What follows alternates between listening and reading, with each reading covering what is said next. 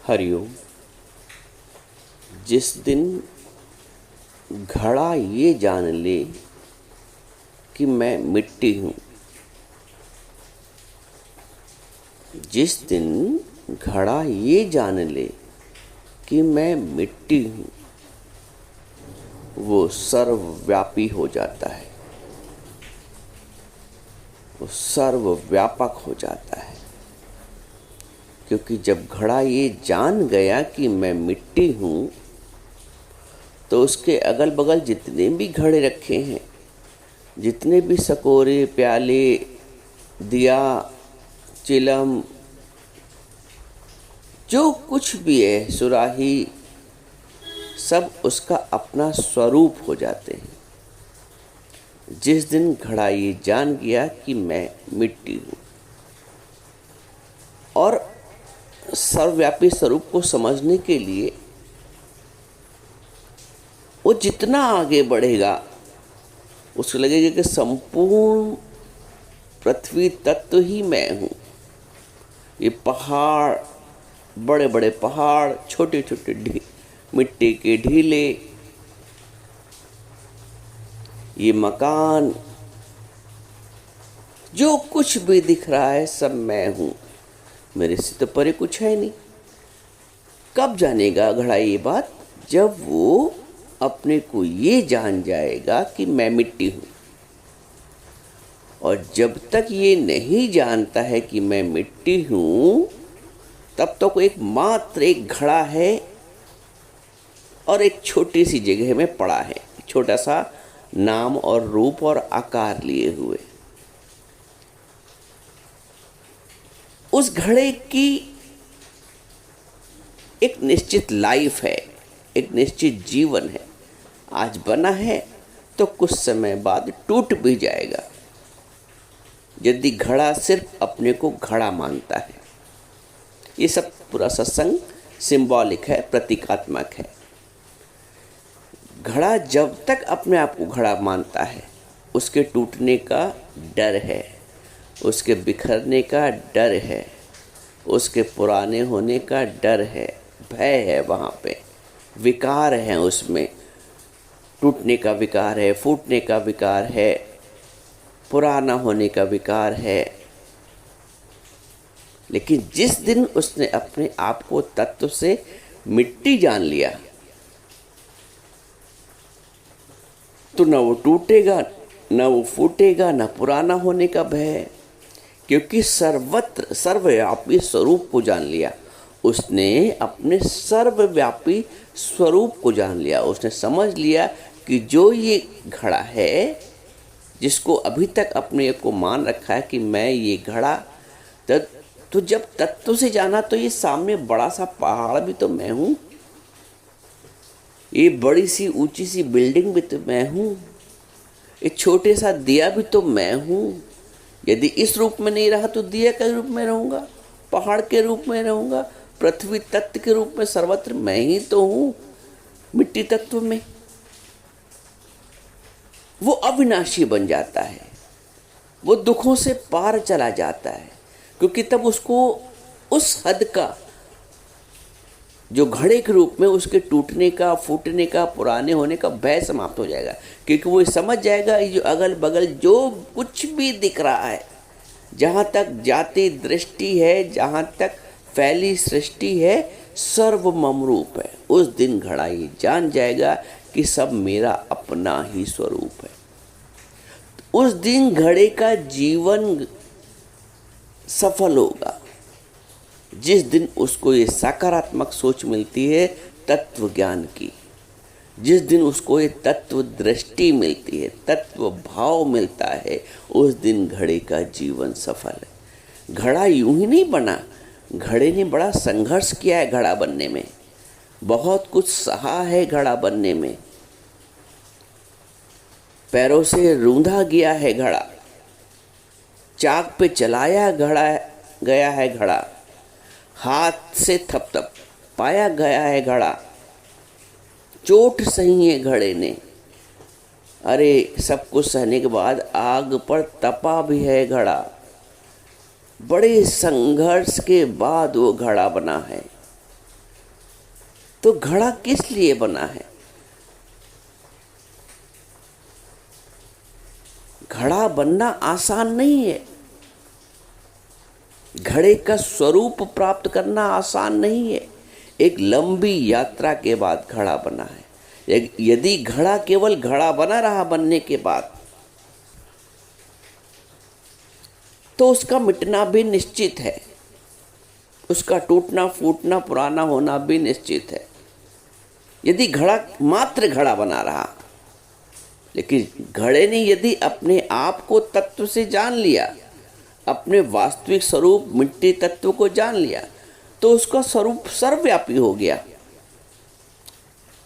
उसके दुखों का अंत हो गया। क्योंकि कौन टूटेगा? यदि ये टूट भी रहा है ये हद घड़े की, तो सामने कौन है? सामने भी तो मैं ही हूँ। ये सर्वत्र पसारा संपूर्ण सृष्टि में किसका है? मेरा ही तो स्वरूप है तत्व के रूप में।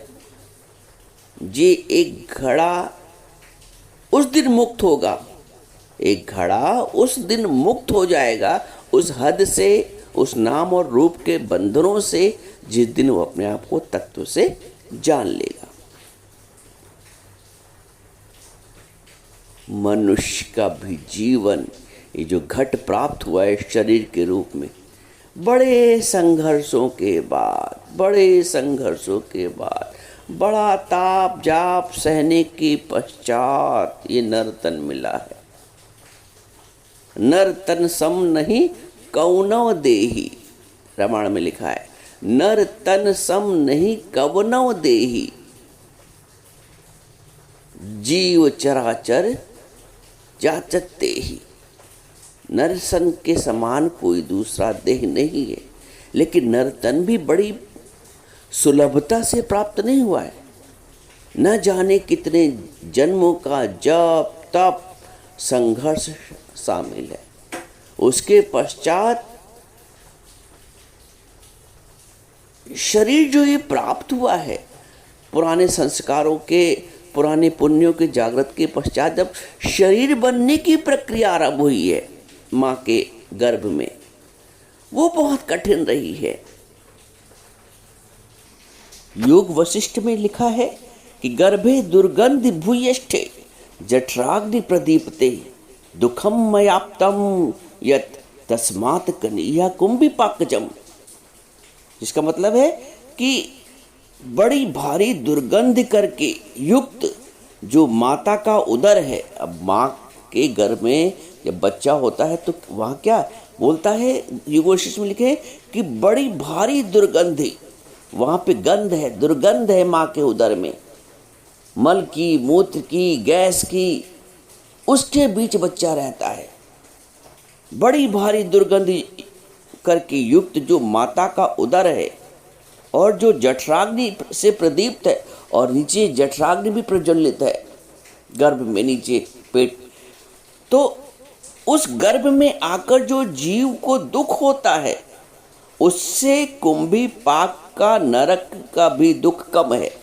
कहते हैं माँ, ये योग वशिष्ठ में, ये शास्त्रों में लिखा है। इसीलिए कहते हैं, रामायण में भी लिखा है, जन्मत मरत दुसह दुख होई। कुंभी पाक से भी कठिन घोर दुख होता है। तो मनुष्य का तन मिलना भी आसान नहीं है। बड़े भाग मानुष तन पावा, सुर दुर्लभ मुनि ग्रंथन गावा, ग्रंथ ही गाते। तो जो प्राप्त हुआ है इतने तप के बाद यदि घड़ा बना है, तो वो जब तक अपने को तत्व से जानने लगा, अपने सर्वव्यापी स्वरूप को जानने लेगा, तब तक घड़ा बनता और मिटता ही रहेगा। तो ऐसे ही जीव जिसने शरीर को धारण किया है, जब तक अपने तत्व को प्राप्त नहीं कर लेगा, तब तक उसका जन्मना और मरना लगा ही रहेगा कर्म के आधार पर।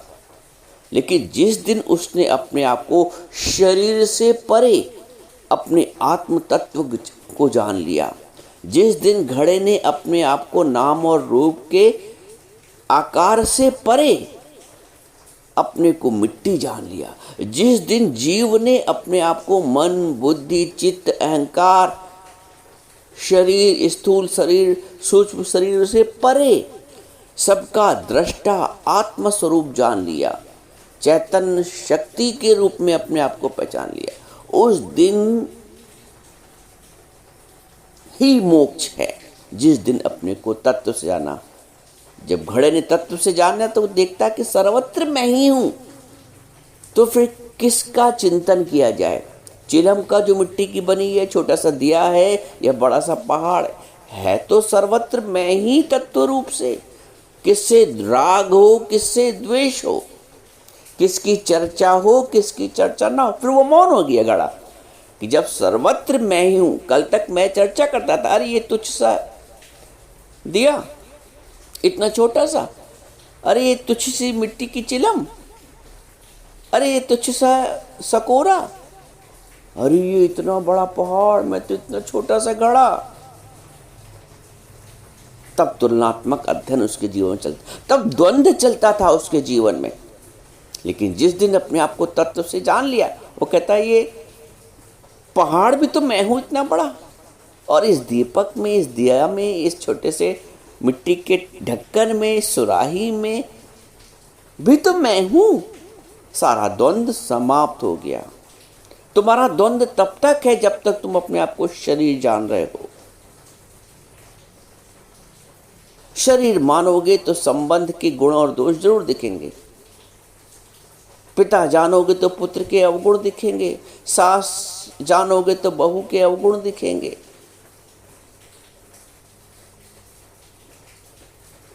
फिर तुम कर्मों से बच नहीं सकते हो।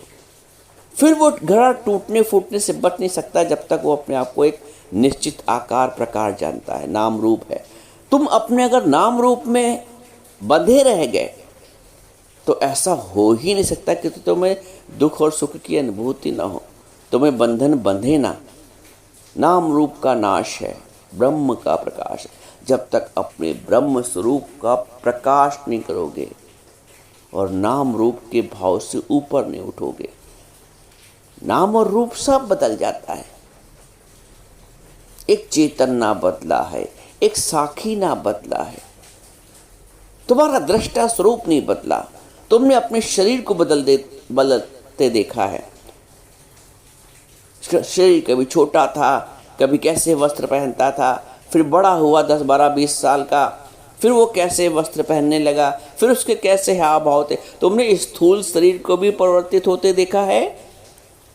अगर तुमसे कहा याद करो तो तुम याद कर लोगे कि जब मैं 16 साल के थे, 17 साल के थे तो मेरा स्वरूप ऐसा था, जब मैं 25 साल की थी तो मेरा स्वरूप ऐसा था, तब मैं ऐसा खान पान करते थे, तब मैं ऐसे ही वस्त्र पहनते थे, तब मेरी बुद्धि ऐसा सोचती थी।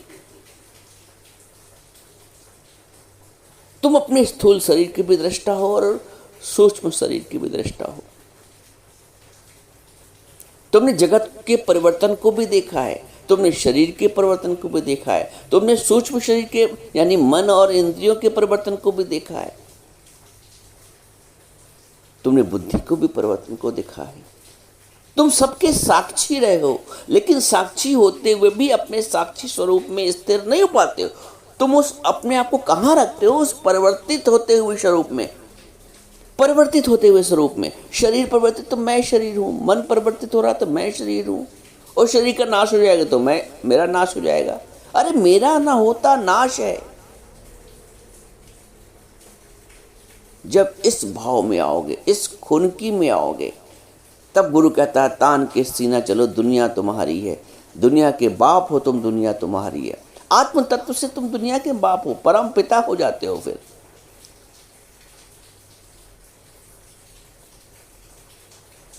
तुझको जलाने की क्या अग्नि में शक्ति, पानी गलाए तो उसकी कदर है, मेरी आत्मा तुझको किसी का न डर है, अपनी ही हस्ती से तू बेखबर है। गुरु तुमको अपनी हस्ती याद दिलाता है। तुमने जो एक छोटी सी हद बना रखी ना अपनी, मैं छोटा सा एक शरीर, मैं 5 फुट का शरीर, मैं किसी का माँ, किसी का पिता, किसी का भाई, किसी की बहू, किसी की बहन, किसी की पत्नी, किसी का पति। ये हद जो है, ये हद का तो मिटना निश्चित है। घड़े का टूटना एक दिन निश्चित है। जितनी भी उम्र हो उसकी, 2, 4, 5 साल, 10 साल, एक दिन तो उसका टूटना निश्चित है। इस शरीर रूपी घट का भी जाना एक दिन निश्चित है। शरीर के रहते तो अपने को जान लो, घड़ा घड़े रहते अपने को तत्व से जान ले। एक अचंभा सुन मेरी माँ, ये अचंभा है कि जिस जगह मैं रह रहा हूं, जो मेरा वास्तविक स्वरूप है, उससे ही मैं अपरिचित हूं। मैं अपने आप को वो मान के बैठा हूं जो मैं नहीं हूं। मैं शरीर मान के बैठा हूं और मैं शरीर नहीं हूं।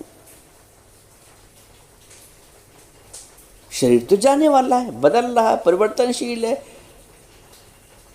तो एक दिन अंत को प्राप्त हो जाएगा। पर कबीर क्या कहता है? कबीर ने अपने को तत्व से जाना है, तो ये बोलता है कबीर कि मैं ना मरबो मरबो संसारा, मुझे मिला है जियावन हारा। मुझे ऐसा जियावन हारा गुरु मिल गया है जिसने मेरे को तत्व बोध करा दिया है।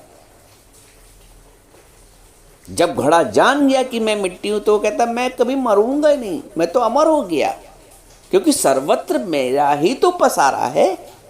तो आत्म तत्व से सर्वत्र मेरा ही पसारा है। यदि घर में आपके 4 प्राणी हैं, 4 सदस्य, मैं खाली घर से ही शुरुआत कर रहा हूं, तो उन चारों सदस्यों में कौन है? मैं ही तो हूं तत्व रूप से। तो मैं किससे भेदभाव करूं, किससे आशा करूं, किससे निराशा करूं? ये बहुत अच्छा है, ये बहुत खराब है। किसके गुण देखूं, किसके अवगुण देखूं, किसकी निंदा करूं, किसकी स्तुति करूं? क्योंकि निंदा और स्तुति में मैं ही तो हूं। मैं अपनी निंदा स्तुति स्वयं क्या करूं? तो किसी अन्य की भी, जो अन्य का भाव है वो समाप्त हो जाए। तत्व की स्थिति में, तत्व ज्ञान की स्थिति में अन्य का भाव ही समाप्त हो जाता है, जो दूसरा है ही नहीं। इसे ही कहते हैं अनन्य भक्ति। भगवान ने पूरी गीता में बोला ना, अनन्य भक्ति, ना अन्य, दूसरा है ही नहीं। अनन्य भक्ति कि सर्वत्र, यदि अपने आप को तत्व से जाने, सर्वत्र मैं हूं, और यदि परम तत्व से जाने तो सर्वत्र परमात्मा है। अनन्य भक्ति, अनन्य चेता सततम यो माम स्मरति नित्यशा तासहम सुलभ पार्थ नित्य युक्त योगिना। अनन्य चेता सततम यो, जो अनन्य चित्त से मेरा सतत, ऐसा नहीं कि थोड़ी देर जगत का चिंतन कर लिया, जगत में राग द्वेष देख लिया। अनन्य चेता सततम यो माम स्मरति नित्यशा, और मेरा ही स्मरण करता है नित्य। अनन्य चित्त से, जिसका चित्त कहीं और नहीं जाता है। एक ज्ञानी, एक ब्रह्म ज्ञानी का चित्त कहीं और नहीं जाता। बाकी एक सांसारिक व्यक्ति का कितना भी साधना करे, कितना भी तीर्थ दान और तप करे और सत्कर्म करे और मंदिर बनवाए, चित्त उसका यदि कहीं अन्य जा रहा है परमात्मा के सिवा, वहां द्वैत है। द्वैत के भाव में तत्व की अनुभूति नहीं कर सकते। तत्व की अनुभूति तभी कर सकते हैं जब अपनी अहमता का नाश होता है, जब अपना घड़े ने अपनी हद का, अपने आकार प्रकार नाम रूप से ऊपर उठ गया, तब उसने आपको सर्वत्र अपने को जाना तत्व से। तो जब हम नाम और रूप की हद से ऊपर उठ जाएंगे, तब अपने आप को तत्व से जान लेंगे। जो वेत्ति तत्वतः, भगवान कहते हैं त्यक्त्वा जेहम पुनर्जन्म नैति मामेति सो अर्जुन।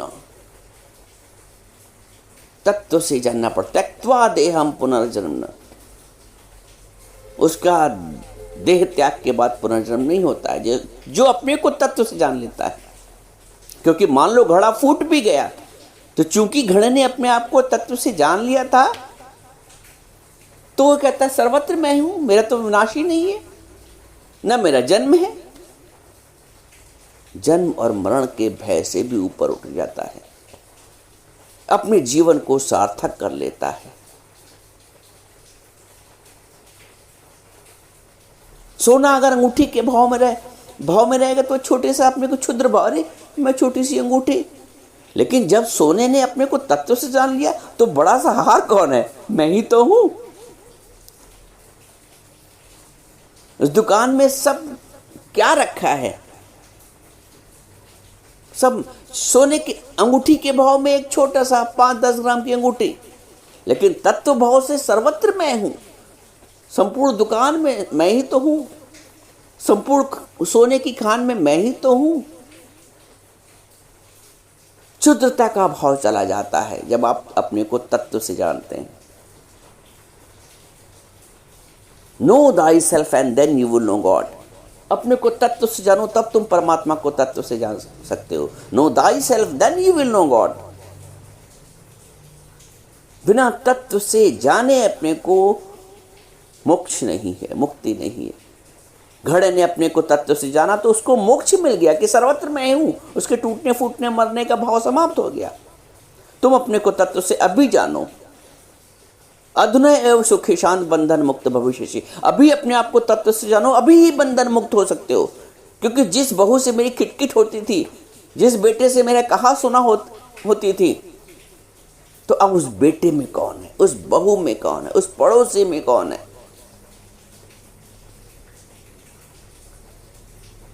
सारी कहा सुनी समाप्त होगी। किससे कहें, किससे सुने, किसकी चर्चा करें, किससे राग करें, किससे द्वेष करें, किसको दो बात सुनाएं। बड़ा मन होता है अंदर से कि दो बात सुनाई दें इनको। अब हम किसको सुनाओगे दो बात, अपने आप को?